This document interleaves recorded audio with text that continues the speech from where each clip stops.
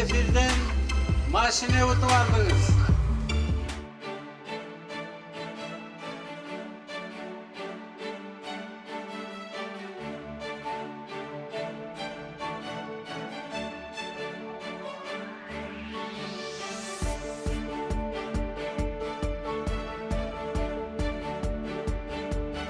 Жиырма биринчи жылы күзүндөсү Акылбек Усенбекович салык системасынын руководствосун чакырып кабинет министрлерге и ошол жерден бизге тапшырма койду да. Бул кандай кылып, эмне кылсак элдер чек сурай баштайт. Ошонун баарынын ыкмаларын, ошонун бүт механизмдерин иштеп мага бир жыйынтык алып келгиле. Мен каражат жагынан бүт бардык колдоо жагынан биз бул жактан колдойбуз деп ушундан башталган. Ушул жарым жылдан бери ушул аракетибиз буюрса мына жыйынтыгы чыгып атат. Биздин элибиз да ишене баштады бүгүнкү күндө.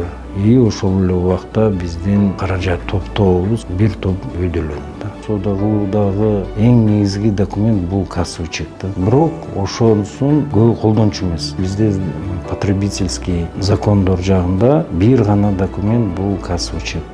Ошонун баардыгын биз киргизиштин ыкмаларын издеп жүрүп, анан ушул гослотереяны ойлоп тапканбыз. Все лотерейные билеты, которые в первом квартале или в первом декаде года играли и ничего не смогли выиграть, у них есть шанс, естественно, 30 декабря. Это квартира в городе Бишкек, в центре города под ПСО.